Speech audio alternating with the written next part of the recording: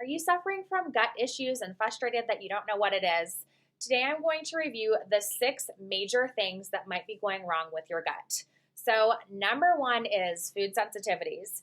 You guys, this is a big deal, and if you haven't already, you should either get a food sensitivity test through your doctor, or you can use a company like Everlywell. I'm sure there's all kinds of online companies that make it really easy now to order your own food sensitivity testing. When you are ingesting a food that is not an allergy but is a sensitivity, that means that it's creating inflammation. So this can slowly lead to inflammation on inflammation on inflammation and cause serious issues. The second thing that you should look at is, do you have a parasite? So a parasite could come in any form. Yes, you might get it when you travel, but you're just as likely to get a parasite here and at home. You know, animals have them. They are on foods, especially in meat. You could literally pick one up anywhere. They're just little bugs that live in our environment, so it's not too outlandish to think that you might ingest one. So if you have a parasite, this is something that you can get tested for via a stool test, or if you work with someone that does a frequency device that can detect parasites, that's also great. Number 3 is going to be leaky gut. If your gut is leaking, you now have toxic foodstuffs that's going into your lymphatics and potentially your bloodstream that can be expressed out of, through the skin and cause a lot of skin issues and just generally not feeling well because now the immune system is bogged down with food that's not where it's supposed to be. So, checking gut permeability is really important, and eating foods that you're sensitive to that cause inflammation can cause leaky gut. So can a parasite. So can a lot of the other things that I'm going to mention in this video. Number 4, do you have an active viral or bacterial infection?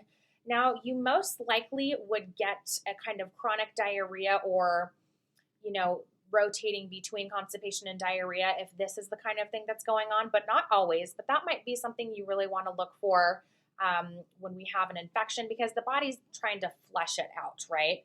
So in this case, if you do recognize that it's viral or bacterial, you want to do a cleanse, you want to do a round of colloidal silver, and whoever you work with will help you, with some other things that can help fight that infection in your gut. Number 5 is a big one. This is Candida. Do you have overgrown Candida? Now, if you are female, you might be prone to yeast infections, but not necessarily. Candida can also show up as a skin rash, just uncomfortable gut inflammation, gas, bloating, etc. You might also see white stringy things in your stool. You also might not. This is something you would need to get tested for. Again, you can do this using a stool test, or again, if you work with a practitioner that has a frequency testing device that detects Candida, that's also great and it's not invasive whatsoever. So it's a great way to look at that. And then number 6 is just a general, do you have enough good bacteria in your gut to do the job that needs to be done for proper digestion and elimination? So, some people, they can fix their gut issues with something as simple as a probiotic. That's great. However, if you're one of the people who has tried probiotics and you're still having a lot of digestive issues, you want to look at one of the other 5 things that were on the list before. So hopefully this is helpful for you guys. And again, remember, it can be a combination of one or more of any of the things that I listed. So it's just important to work with someone that can really do some detailed testing in your gut.